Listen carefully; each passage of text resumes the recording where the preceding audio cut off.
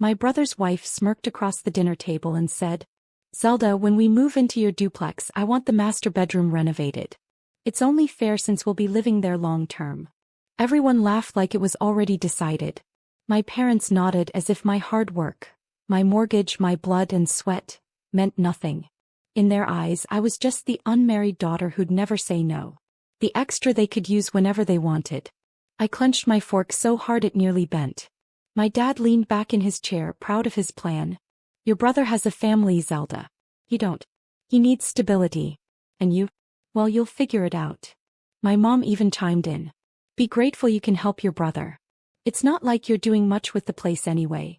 What they didn't know was that every square inch of that duplex was paid for with silent nights, extra jobs, and sacrifices they never saw.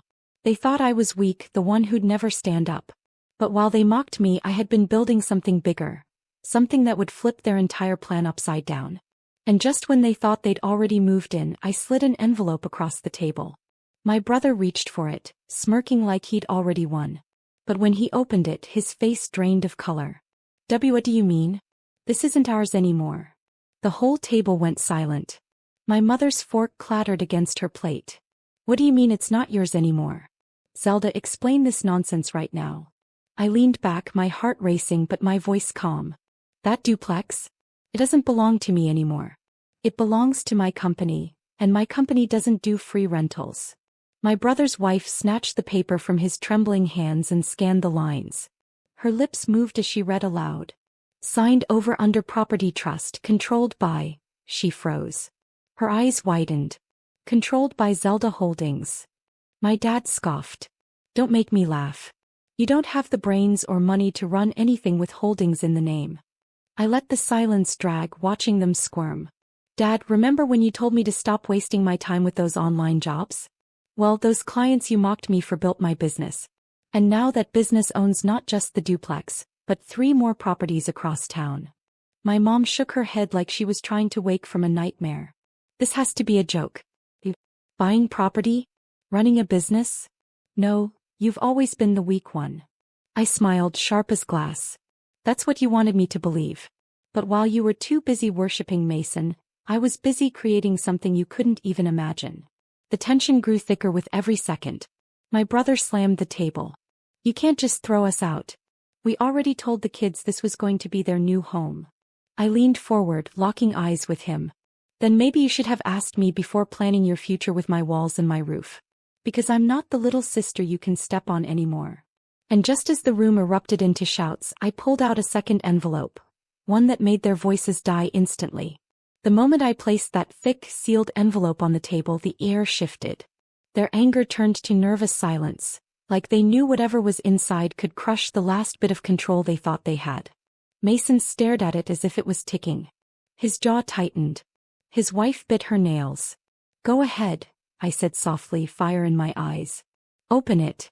You wanted my life, my home, my hard work. Now you'll see what that really means." Mason snatched it and tore it open. His hands shook as he read the first page, whispering the words before choking them out loud. This is an eviction notice." His wife's face went pale. She yanked the papers from him, scanning furiously. "Effective immediately. Tenants must vacate within 7 days." "Zelda, what kind of sick joke is this?" I folded my arms. "Not a joke. That duplex is under my company's property management. And when someone tries to move in without a lease, without permission, without respect, they get treated like every other trespasser." My mother slammed her palm on the table. "How dare you talk to your family like this? We raised you. We fed you. We gave you everything." I cut her off, my voice sharper than a knife. "You gave me nothing but reminders that I wasn't good enough. While Mason got everything, cars, college tuition, support, I was left to figure life out on my own. Do you know how many nights I cried myself to sleep thinking I was worthless? Do you know how many jobs I worked, how many meals I skipped, just to afford that duplex you're all so eager to snatch away? And now you want me to roll over and let you take it? Not anymore." The table went quiet again.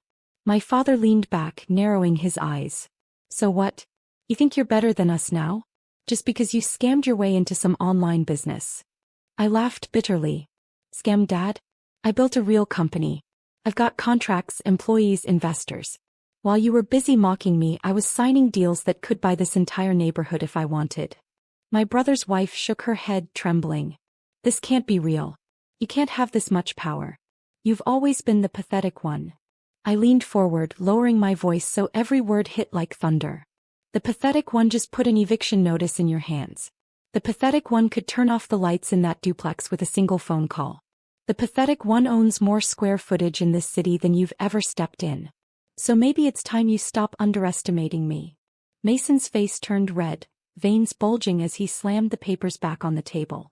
This isn't over, Zelda. You can't humiliate us like this in front of everyone. I tilted my head, a small smile curling at my lips. Oh, Mason. I haven't even started humiliating you yet. And with that, I reached into my bag and pulled out one more document, thicker with gold-stamped pages that made their eyes widen before they even knew what it was. The second I laid the gold-stamped folder on the table, the air grew heavy. My father squinted. My mother clutched her pearls. Mason's wife leaned forward like a vulture circling prey. Mason ripped it open with shaking hands, desperate to prove I was bluffing. But the more he read, the more his face crumpled. His lips parted, his voice low. Teeth. This is the deed. I nodded slowly. Not just the deed to the duplex. That's child's play. What you're holding is the portfolio transfer. Every property I've purchased, every contract I've secured, it's all listed there. Duplexes, condos, rental houses, dozens of them. All in my name, all under Zelda Holdings. My mother gasped so loud it echoed. Dozens? You can't possibly afford that. I leaned forward, my voice steady, almost calm. Remember when you laughed at me for working those late-night freelance gigs? When you said my computer nonsense would never pay off? Well, those contracts turned into partnerships. Those partnerships turned into investments. And those investments turned into millions. Silent millions. While you were too busy praising Mason, I was buying up this city. The room fell into stunned silence, broken only by Mason's wife whispering under her breath. Millions. I looked directly at Mason, my voice sharp as glass. So, the next time you think about moving into one of my properties for free, remember this. You'll be filling out a rental application like everyone else. And considering your credit score, I wouldn't hold my breath. The color drained from his face. You dug into my credit? I smirked. Of course I did. That's what landlords do, Mason. They check if tenants are reliable. And guess what? You're not. My dad tried to slam down his authority. Enough of this show, Zelda. You're not embarrassing your brother in front of his kids. I turned to him slowly, letting the silence stretch. Embarrassing him? Dad, I've been embarrassed my whole life. You called me useless. Told me Mason was the real success. Treated me like trash. But tonight the tables turn. Because in this house, in this city, every brick you're standing on belongs to me. Everyone froze. My mother covered her mouth. Mason's wife started to cry. My father looked like he'd been struck. Mason, shaking with rage, grabbed the portfolio, threw it back at me and shouted, "You'll regret this, Zelda. You think you've won, but you've just made the biggest enemy of your life." I caught the folder midair, stood tall and locked eyes with him. No, Mason. I didn't just win. I took back every piece of respect you all stole from me. And the best part? I haven't even revealed the biggest surprise yet. His words still echoed in the dining room, but I didn't flinch.